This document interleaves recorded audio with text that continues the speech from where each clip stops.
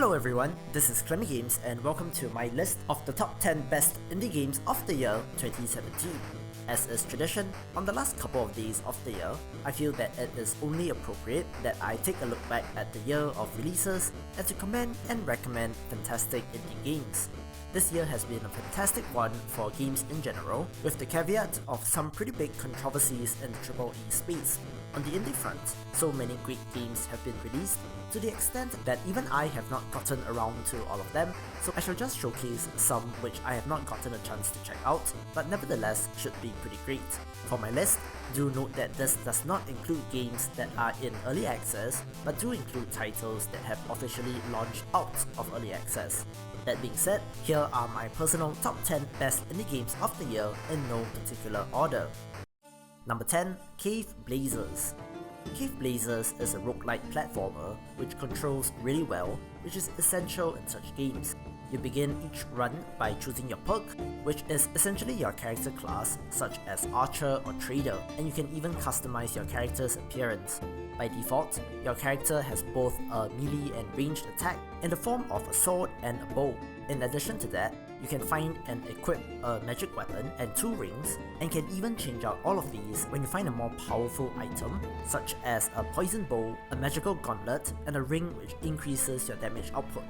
We have randomized perks which can be found in the level, adding to the snowballing effect of feeling more powerful as you progress, only to have it crumbling down in typical roguelike fashion when you encounter a boss or a particularly tough enemy. When you die, actions taken during the run will contribute to your overall XP levels, which unlocks new cosmetics and even new features in the hub area at the start, revealing bits of story as you go along. I really love the sense of progression built in, and to top it off, the gameplay is fantastic as well. Number 9. SteamWorld Dig 2. This is the sequel to 2013's SteamWorld Dig, and features the same core gameplay loop of mining for resources, returning to the surface to sell them, and to purchase upgrades so that you can mine more efficiently. This is a very compelling loop, as is typical of such upgrade-centric games, but the sequel brings with it quality of life improvements, such as light RPG elements, since defeated enemies now award XP, and more upgrade options and power-ups as well. The world is very well crafted, the characters interesting, the systems rewarding, and there are even hidden areas which rewards exploration and experimentation, making SteamWorld Dig 2 a shining example of sequels done right. Number 8. West of Loathing.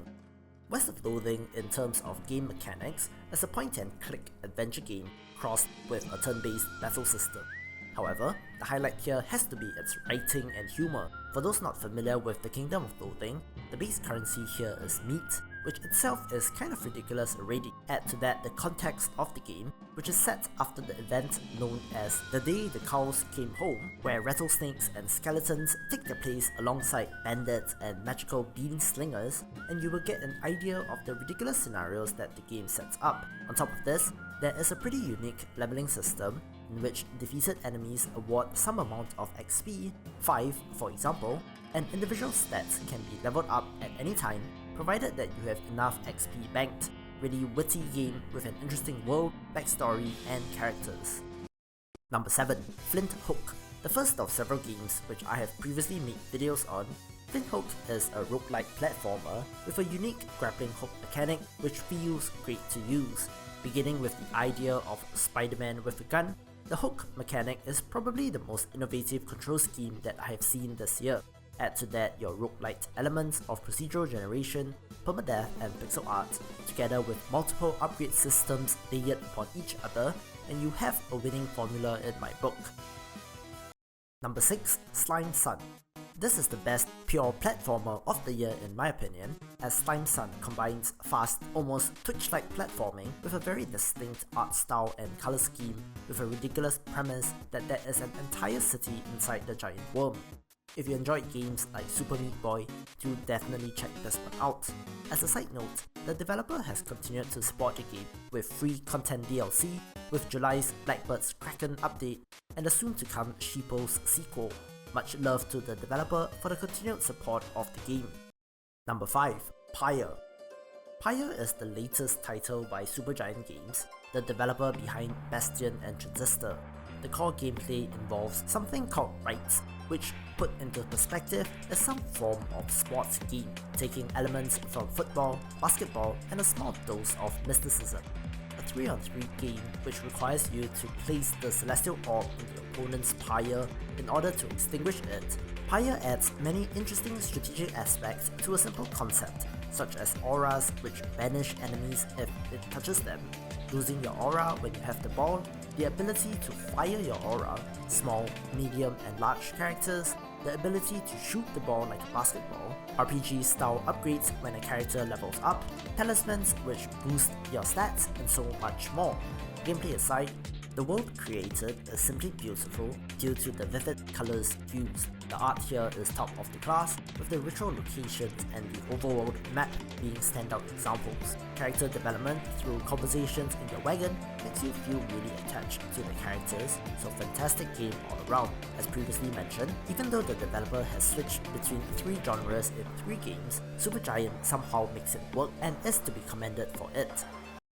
Number 4. Hollow Knight. The standard bearer for Metroidvanias this year, Hollow Knight, rightfully so, has shown up for many Game of the Year awards. You play as a little bug creature exploring the ruins of a once great kingdom, whose inhabitants, bug people themselves, have become tainted and hostile. There is an openness to the world design where you are able to explore areas at your leisure, only limited by the Metroidvania style upgrades that you are lacking.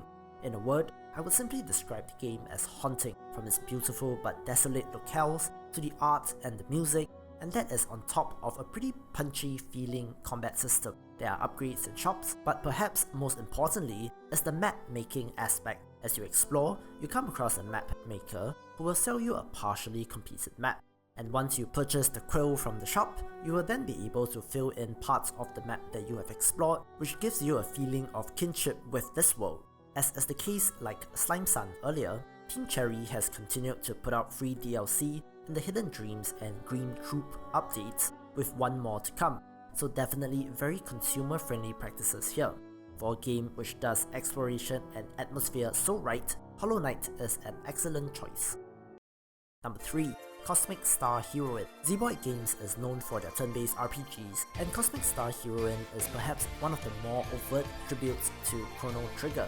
While past games have parodied Final Fantasy or Breath of Fire, the tone of CSH is perhaps a little more serious, although there are light-hearted moments as well. Playing as Special Agent Lisa LaSalle, who works for the not at all sinister-sounding Agency of Peace and Intelligence, she decides to go rogue after uncovering a conspiracy during a mission, so it is up to her and her friends to save the galaxy.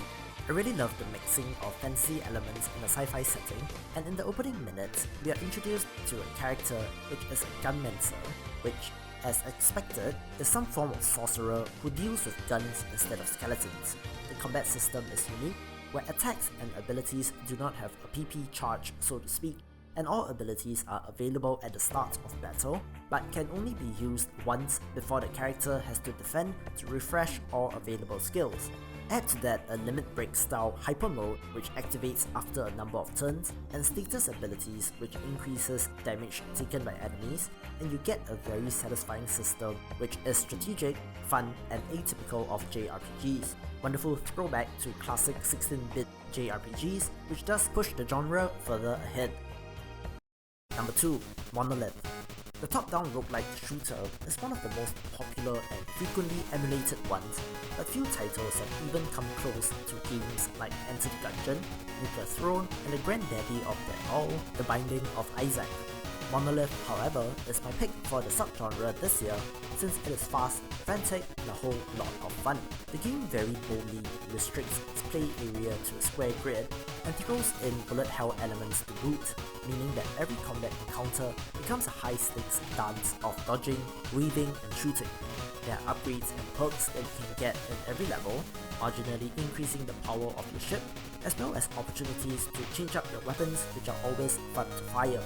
There are larger secrets to uncover, and the boss fights feel suitably epic and momentous, which led to Monolith leaving a lasting impression. And number 1, Slime Rancher. As a huge fan of Stardew Valley, it will probably be no surprise that I really like this game. It features the same compelling loop of farming, only in this case, the main activity is raising slimes instead of cows or chickens. You can still grow vegetables, fruits, and even raise chickens, but these all act as food for your slimes.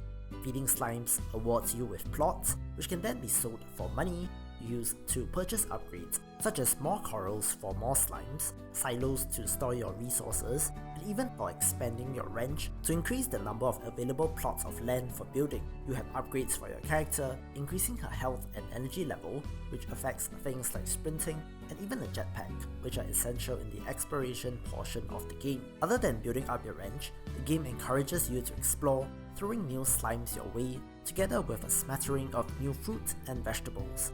There are treasure pods, little information points about a previous inhabitant of the ranch, and most importantly, Goddo slimes, which are gigantic versions of regular slimes, which must be fed until they explode. Some of these Goddo slimes do drop slime keys, which are used to unlock new areas, throwing even more slimes and more things to explore at you.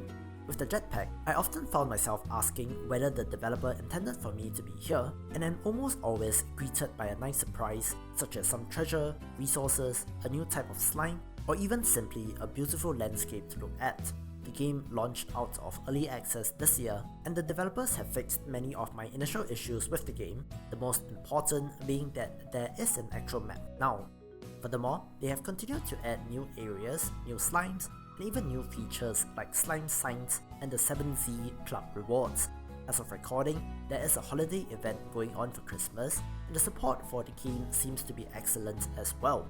Really enjoyable and relaxing game which rounds off the top 10 best indie games of 2017. Anyway, that will do it for this video. Do tell me about the indie games that have caught your eye in 2017 in the comments section below. Here's wishing you a happy new year, and hopefully 2018 will shape up to be as great a year for games as 2017 has been. As always, thank you for watching. Please subscribe to keep up with the latest in indie gaming, and I will see you in the next video.